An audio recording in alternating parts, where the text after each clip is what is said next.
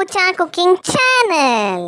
ಇವತ್ತು ನಾವು ತುಂಬ ಟೇಸ್ಟಿ ರೆಸಿಪಿ ತೋರಿಸ್ತಾ ಇದ್ದೀವಿ. ತುಂಬ ನ್ಯೂಟ್ರಿಷಿಯಸ್ ಇದಂತೂ. ಇದು ಸೋಯಾಬೀನ್ ಕಬಾಬ್ ಅಂತಲೂ ಹೇಳ್ಬೋದು, ಕಟ್ಲೆಟ್ ಥರನೂ ಹೇಳ್ಬೋದು. ಸೋಯಾಬೀನ್ ಕಬಾಬ್.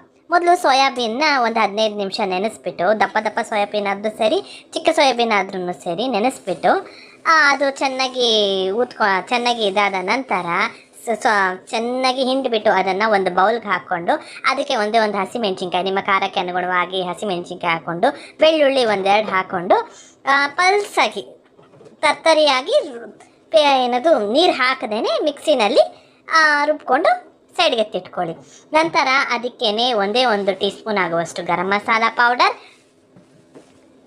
ನಂತರ ಅಚ್ಚ ಖಾರದ ಪುಡಿ ಬೇಕು ಅಂದರೆ ಹಾಕೋಬೋದು, ಬೇಡ ಅಂದರೆ ನಿಮ್ಮಿಷ್ಟ.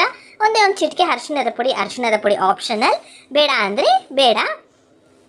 ಇದಕ್ಕೆ ಈರುಳ್ಳಿ ಹಾಕಿ, ಸಣ್ಣಕ್ಕೆ ಹೆಚ್ಚಿರುವ ಈರುಳ್ಳಿನ ಹಾಕಿಬಿಟ್ಟು ರುಬ್ಬಿರ್ತೀವಲ್ವಾ, ಒಂದು ಅರ್ಧ ಈರುಳ್ಳಿನ ರುಬ್ಬಿರ್ತೀವಿ, ಸಣ್ಣಕ್ಕೆ ಹೆಚ್ಚಿರುವ ಈರುಳ್ಳಿನ ಇದಕ್ಕೆ ಹಾಕಿಬಿಟ್ಟು ಮತ್ತು ಧನಿಯಾ ಪುಡಿ 1-2 ಟೀ ಸ್ಪೂನ್ ಹಾಕಿಬಿಟ್ಟು ಚೆನ್ನಾಗಿ ಮಿಕ್ಸ್ ಮಾಡಿಬಿಟ್ಟು ಸೈಡ್ಗೆ ಎತ್ತಿಟ್ಕೊಂಬಿಡಿ. ಒಂದು ಚೂರು ನೀರು ಯೂಸ್ ಮಾಡಬಾರ್ದು.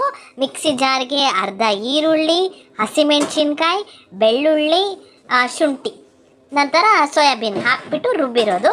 ನಂತರ ಮಿಕ್ಸಿಂಗ್ಗೆ ಧನಿಯಾ ಪುಡಿ, ಗರಂ ಮಸಾಲ ಪುಡಿ, ರುಚಿಗೆ ತಕ್ಕಷ್ಟು ಉಪ್ಪು, ಒಂದೇ ಒಂದು ಚಿಟಿಕೆ ಅರಿಶಿಣ, ಈರುಳ್ಳಿ, ಕೊತ್ತಂಬರಿ ಸೊಪ್ಪು ಹಾಕಿಬಿಟ್ಟು ಚೆನ್ನಾಗಿ ಮಿಕ್ಸ್ ಮಾಡಿಬಿಟ್ಟು 1-2 ಸೆಕೆಂಡ್ ಸೈಡಲ್ಲಿ ಎತ್ತಿಟ್ಕೊಳ್ಳಿ. ತುಂಬಾ ಟೇಸ್ಟಿಯಾಗಿರುತ್ತೆ. ಆವಾಗ ಮಕ್ಕಳು ಸಹ ಇಷ್ಟಪಟ್ಟು ತಿಂತಾರೆ, ಪದೇ ಪದೇ ಕೇಳ್ತಾ ಇರ್ತಾರೆ ಮಾಡಿಕೊಡಿ ಅಂತ.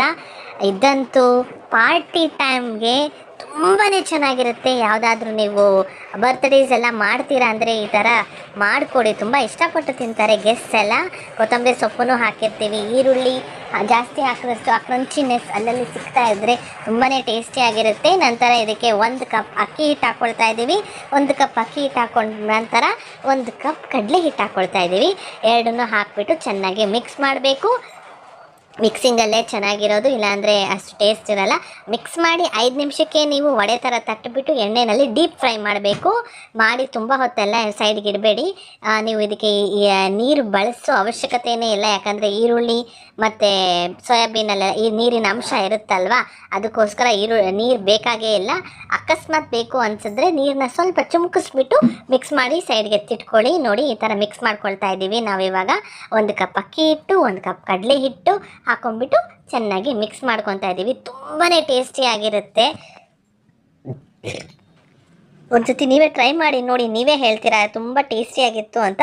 ಮಾಡೋದು ತುಂಬ ಸುಲಭ, ಅತಿ ಕಮ್ಮಿ ಟೈಮಲ್ಲಿ ಮಾಡಬಹುದು. ಒಂದು ಚಿಕ್ಕದು 10 ರೂಪಾಯಿ ಪ್ಯಾಕೆಟ್ ಸೋಯಾಬೀನು, ದೊಡ್ಡ ಕಾಳು ಇಲ್ಲ ದಪ್ಪ ಇರುವ ಸೋಯಾಬೀನ್ ತೊಗೊಂಡ ಅಂದರೆ ಆರಾಮಾಗಿ ಒಂದು 3 ಜನ ತಿನ್ಬಹುದು. ಇದನ್ನು ಚಿಕ್ಕದಾಗಿ ವಡೆ ಮಾಡ್ಕೊಂಡ ಅಂದರೆ ಒಂದು 3 ಜನಕ್ಕಾಗುತ್ತೆ. ನೋಡಿ, ಈ ಥರ ಉಂಡೆ ಕಟ್ಟಿಬಿಟ್ಟು ತಟ್ಟೆಯಲ್ಲಿ ಸೈಡ್ಗೆ ಎತ್ತಿಟ್ಕೊತಾ ಇದ್ದೀವಿ ನಾವು. ನೋಡಿ, ನೀರೇ ಬಳಸಿಲ್ಲ ನಾವು. ನೋಡಿ, ಉಂಡೆ ಕಟ್ಟದ ಅಂದರೆ ಎಷ್ಟು ಚೆನ್ನಾಗಿ ಕಟ್ಟುತ್ತೆ. ಅಕಸ್ಮಾತ್ ನೀರು ಬೇಕು ಅಂದರೆ ಚುಮ್ಕುರ್ಸ್ಕೊಂಡು ನೀವು ಕಲಸಿಟ್ಕೊಳ್ಳಿ. ನೋಡಿ, ಈ ಥರ ವಡೆ ಟೈಪು ನಿಮಗೆ ಯಾವ ಥರ ಶೇಪ್ ಬೇಕೋ ಆ ಥರ ತಟ್ಕೊಂಡ್ಬಿಟ್ಟು ತಟ್ಟೆಯಲ್ಲಿ ಸೈಡ್ಗೆ ಎತ್ತಿಟ್ಕೊಂಡು ಎಣ್ಣೆ ಕಾದ ನಂತರ, ನೋಡಿ ಎಣ್ಣೆ ಇಟ್ಟಿದ್ದೀವಿ ನಾವಿವಾಗ. ಎಣ್ಣೆ ಕಾದ ನಂತರ ಒಂದೊಂದು ಬೋಲೆ ತಟ್ಟಿ ಡೀಪ್ ಫ್ರೈ ಮಾಡ್ಕೊಳ್ಳಿ. ನೋಡಿ, ಒಂದು ಚೂರು ನಾವು ನೀರು ಬಳಸಿಲ್ಲ, ಸುಮ್ಮನೆ ಹಂಗೆ ಬಾಲ್ ಮಾಡ್ದೆ ಅಂದರೆ ಎಷ್ಟು ನೀಟಾಗಿ, ಎಷ್ಟು ಕನ್ಸಿಸ್ಟೆನ್ಸಿ ನೋಡಿ ಎಷ್ಟು ಚೆನ್ನಾಗಿದೆ ಅಂತ. ಒಂದ್ಸತಿ ನೀವು ಸಹ ಟ್ರೈ ಮಾಡಿ ನೋಡಿ. ಸೋಯಾಬೀನಲ್ಲೂ ಈ ಥರ ಮಾಡಬಹುದಾ ಅಂತ ಮನೇಲಿ ಕೇಳ್ತಾರೆ, ಗೊತ್ತಾಗೋದೇ ಇಲ್ಲ ಇದು ಸೋಯಾಬೀನಲ್ಲಿ ಮಾಡಿರೋದು ಅಂತ. ಆ ವಡೆ ಒಂದು ತಿಂತಾ ಇದ್ರೆ ಇನ್ನೊಂದು ತಿನ್ನಬೇಕು ಅನಿಸುತ್ತೆ, ಖಾಲಿ ಆಗೋದಂತೂ ಇದ್ದಿದ್ದು ಗೊತ್ತಾಗಲ್ಲ. ನೋಡಿ, ಒಂದು ಚೂರು ಹಾಕ್ಬಿಟ್ಟು ನೋಡ್ತಾ ಇದ್ದೀವಿ ಎಣ್ಣೆ ಕಾದಿದ ಇಲ್ವಾ ಅಂತ. ಇವಾಗ ನಾವು ಮಾಡಿಟ್ಕೊಂಡಿರುವ ಸೋಯಾಬೀನು ವಡೆಗಳನ್ನ ಡೀಪ್ ಫ್ರೈ ಮಾಡ್ತಾಯಿದ್ದೀವಿ. ಇದು ಡೀಪ್ ಫ್ರೈ ಮಾಡಿದ್ರೆ ಕ್ರಿಸ್ಪಿನೆಸ್ ಬರೋದು, ಇಲ್ಲ ಅಂದರೆ ಕ್ರಿಸ್ಪಿನೆಸ್ ಬರೋದಿಲ್ಲ, ಅದಕ್ಕೋಸ್ಕರ ಡೀಪ್ ಫ್ರೈ ಮಾಡ್ತಾಯಿದ್ದೀವಿ. ನೀವು ಇದನ್ನು ಪಾರ್ಟಿ ಟೈಮ್ ಸ್ನ್ಯಾಕ್ಸ್ ಆಗಿ ಅಥವಾ ಮಕ್ಕಳೇನಾದರೂ ಸಾಯಂಕಾಲದ ಹೊತ್ತು ಬೇಕು ಅಂದಾಗ ತಿನ್ನೋದಕ್ಕೆ ಈ ಥರನೂ ಮಾಡಿಕೊಡಿ, ಇಷ್ಟಪಟ್ಟು ತಿಂತಾರೆ. ಅದೇ ಸೋಯಾಬೀನ್ ತುಂಬ ನ್ಯೂಟ್ರಿಷನ್ ಆಗಿರೋದ್ರಿಂದ ಮೈಗೂ ತುಂಬ ಒಳ್ಳೆಯದು. ಯಾವಾಗಲಾದರೂ ಒಂದ್ಸತಿ ಈ ಥರ ಮಾಡಿಕೊಟ್ರೆ ಅವ್ರಿಗೂ ಖುಷಿ ಆಗುತ್ತೆ. ಈ ಥರ ಮಾಡಿಕೊಟ್ರೆ ನೀವು ಒಂದ್ಸತಿ ಟ್ರೈ ಮಾಡಿ ನೋಡಿ.